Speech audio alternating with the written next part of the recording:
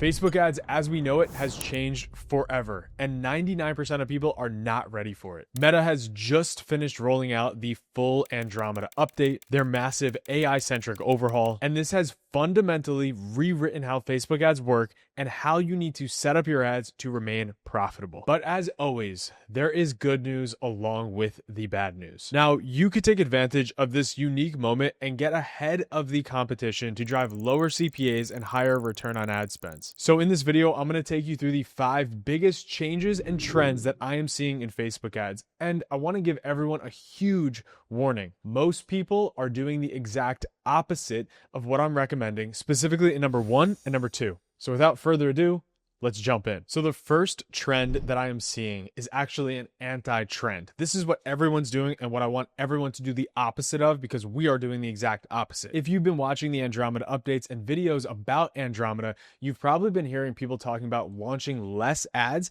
having less iterations, less variations of ads, and only focusing on new concepts. I can confidently say at this stage, after Andromeda's been out for multiple months, that just running new concepts does not work. The key is to have multiple, in fact, dozens of iterations. And we're going to get to exactly how you can deploy those iterations. But what you need to know right up front is that more ads are still better than less ads. So while everyone is saying run less ads and run just new creative concepts, I want you to think about what's worked historically for you and double down on those iterations. Make big iterations. I'm going to show you exactly what the biggest brands in the world are doing right now. So first, let's take a look at Athletic Greens, one of the largest brands in the supplement space right now.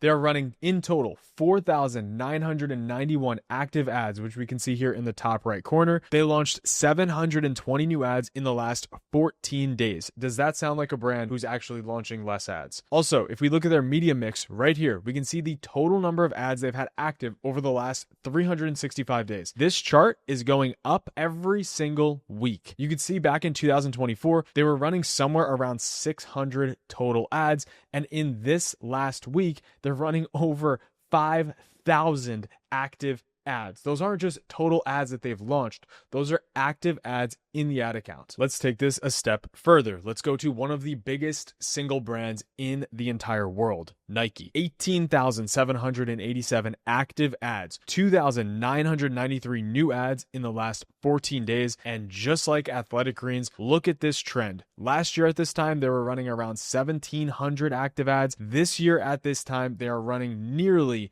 19,000 active ads. Does this trend scream run less ads? No, it absolutely doesn't. And I know you're probably listening to this and thinking, I'm not Nike, I'm not Athletic Greens, I can't produce 20,000 ads. So what are the best brands that are actually on the smaller side doing? Let's take a look at a brand that actually leverages their existing creative to create dozens and dozens of new ads without breaking the bank. Now, this brand, if I could guess, is about a $10 to $20 million business. So this is a still large business, but it's nowhere near the multi-billion-dollar enterprise that Nike is. Talentless, we could see in this case, has 100 new ads in the last 14 days. They're launching 947 active ads right now. And if you take a look at their media mix, they went from nearly 70 ads in 2024 to over, again, 947 active ads today. So the big question here is, wouldn't we expect to see all of these big successful brands reducing the amount of ads that they had in the ad account if in fact it was true that less ads equals more performance? Because all these brands care about one thing, and it is profit. So if any brand had the opportunity to catch an edge,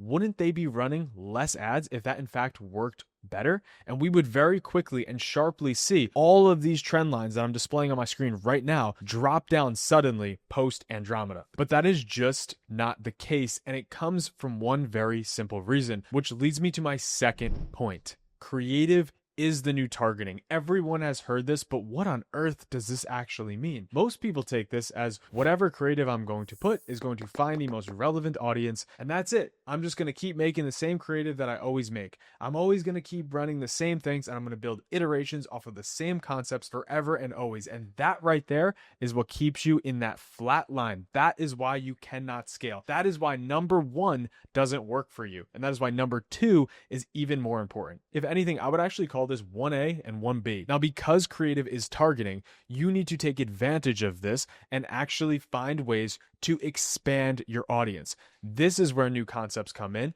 This is where the market is right. So to show everyone a very clear example, looking at Talentless here, you can see very clearly that there are 3 or 4 concepts that they rely heavily on. One concept, which is a common concept across all fashion, is model with a very large, bold text. Now let's look at the ads from Talentless. I'll explain exactly how these creatives create the targeting and then how Talentless specifically is using new ads to find new audiences. So first, just like every brand, they have their staples. They have things that work for them time and time and time again. And as we can see right now on screen, one of those staples looks to be a model with very large text on screen, specifically calling out some sort of large, bold headline. This is a very, very common ad format that we see be successful across most industries. So they've taken this and they've spun this up in multiple different ways. We can see the always cold here. We can see always cold again. We could even see bundle and save a little bit down here. These are very simple ad concepts to build. They can create multiple iterations of them, and then therefore they can have dozens of similar ads, but not the exact same ad. So we have different images, even with different headlines, but we have a core concept that works. We also see from Talentless, if we keep scrolling through their ads, this kind of feature-based concepts where it's an image within multiple images. This seems to be a concept that they've leaned into. It must have worked in the past because they have so many different iterations of it. Now, what I want to be very clear on is an iteration is not taking this image and switching the headline. That does not work anymore. An iteration is taking this concept, which is model in the background in the actual clothing, along with these 3 additional callouts. So now we could completely change the model, completely change the product, and if we want to, also change the headline. What this does for us is it puts a lot of ads in the race to scale. And what it most importantly does is it takes a concept like this. Remember, concept is not just this ad, a full concept, and it allows us to extend the longevity of that concept. Now, as promised, how is Talentless actually expanding their audiences? And we start to see that with different UGC that they do. Now we can see on the right side here, this is a UGC video. This guy is just talking about the products. He has the t-shirt on. This is so much different than what we've seen all above here. So different people are going to react to different ads. For example, I might be someone who needs to see UGC content just like this. And if I see that content, I might be more likely to buy. Now, you, on the other hand, might be someone who just likes to see product on a white background. So each concept is actually targeting a different person. Now that is the reason that you need to have multiple concepts in your ads. And you could check this with every single large, even medium-sized successful business. The third shift and concept that we need to be focused on post Andromeda updates is that spend equals performance. Now, this is a very, very confusing topic because I know so many people launch their ads when they don't hit a certain target cost per acquisition or target return on ad spend. They kill that ad. They pause that ad very, very quickly. What we have seen more than ever before in really just the last 60 days post Andromeda updates, we have seen that when you kill those ads too early, they hurt the entire account. Now, many people have been in this exact situation. I want to show you a real example. You may have one ad in your ad account that is getting most of the spend. And you can see here in the last 30 days in this campaign, this account spent $27,000. This single ad drove 14,000 of those dollars, and it did so at a $45 cost per purchase, and the average cost per purchase is $43. Now, right off the bat, what do we think? We want to immediately smash more budget into this ad here that has spent $2,000 at a $37. Perhaps this ad right here that spent $1,200 at a $36 cost per purchase, or even going down the line, $750 at a $30 cost per purchase. Naturally, what we're going to want to do is pause these ads down up here and shift the budget into the ads that are driving cheaper cost per purchases. Now, by the way, old school Facebook, I 100% agree. Old school Facebook, I 100% would have paused down those top ads that are driving a too high ROAS or too high cost per acquisition. New school, completely different. What we have seen, and we tested this very recently, we tested it in this account right here. When we paused this ad down, which we did for about 3 days, the first day was fantastic. So day 1 after pausing this ad down, everything was great. Day 2, results tanked. Day 3, tank. Day 4, tank. Day 5, we launch it back on and things start to recover again. The very important thing we need to understand is that this is what I would call a supportive ad. Without this ad, this entire campaign does not function as well. Facebook is giving this ad spend because it is functionally better at supporting the entire ecosystem of this account. Now, in this case, this ad that spent $14,000, over 50% of the total spend, this ad introduces the product to the consumer. So this ad is actually an introduction ad. This is an ad that shows our product to the customer for the very first time. And because of that, it is very likely that Facebook recognizes that and then actually spends it to the very first impression. Now, we can't prove that it's the first impression, but when we remove this ad, all other ads sync. And I believe it is a supportive ad for that exact reason. So what I recommend is leaving high performing ads on and define performance by both spend and a target ROI. Now, what I recommend in most cases is keeping your high spending ads on because they are spending for a reason. This is especially true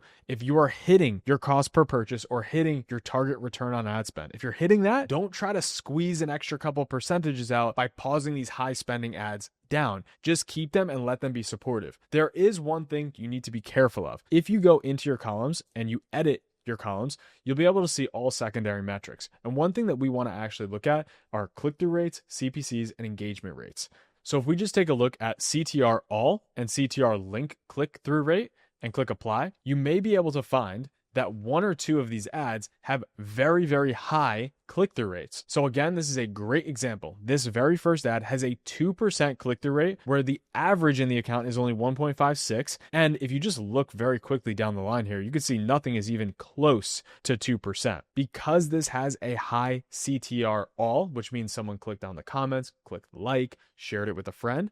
Because this has a high CTR all, we are in the boat of Facebook might actually be overspending on this very slightly. Now, we proved that through a pause and then an unpause, but you got to be careful of really, really, really high engagement rates, really, really high click-through rates, and always monitor your comments. Make sure that you're not overspending on specific ads because they have crazy high engagement rates, but actually don't drive any purchases. Number 4, the creative flywheel has never been more important. People have talked about creative flywheels or creative processes for a long time, and most of the time what this falls on for most people is that they create new creatives whenever they have a screaming winner, or they just create a bunch of new creatives every time they feel like it, which is a terrible, terrible way to actually approach your creative flywheel. Now, you have to first define this by what are you even capable of creating? And what everyone should aim to create is a very simple flywheel that you know you can stick to. The flywheel that I like to run with is a 1-week cycle. So we're going to say 1-week cycle at the top. And on this simple 1-week cycle, every single Monday, I like to create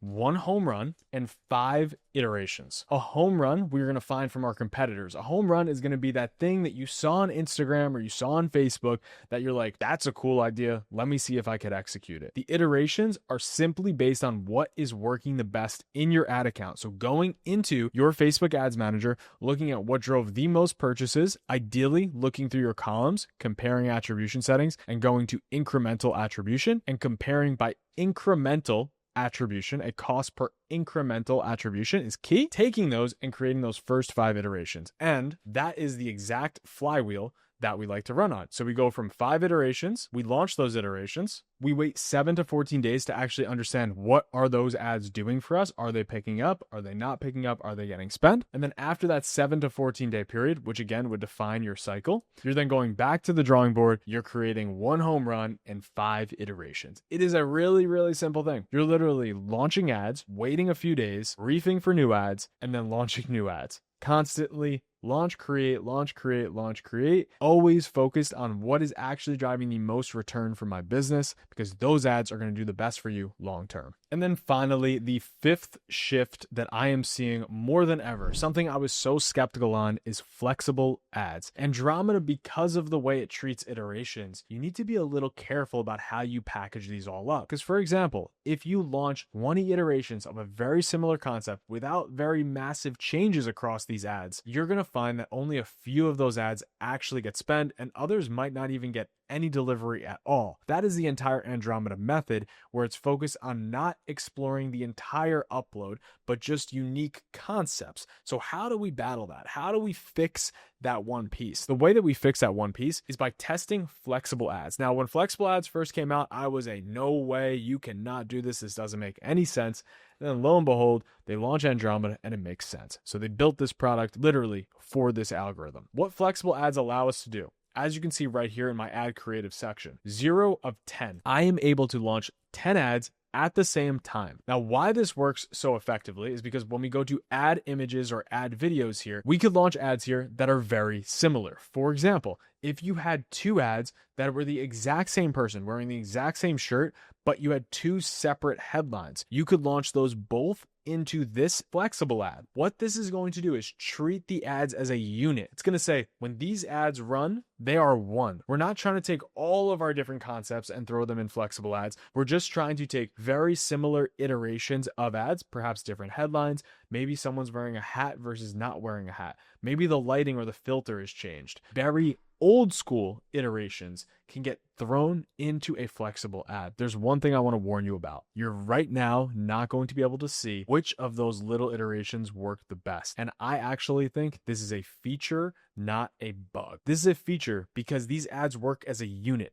They work together. Facebook is going to get them spend together. They're not worried about which little mini iteration is better than the other and scaling that one little iteration. Because in reality, the difference between an image with a filter and without a filter, or just a really small tweak or iteration, is very unlikely to take that ad to the moon. It's most likely only going to have a very small impact in terms of return on ad spend or cost per acquisition. As a unit, these ads work together to get the best possible cost per acquisition, no matter where the spend is going within that flexible ad unit. We're testing this really heavily right now. This, if I'm honest, is more of alpha for you guys.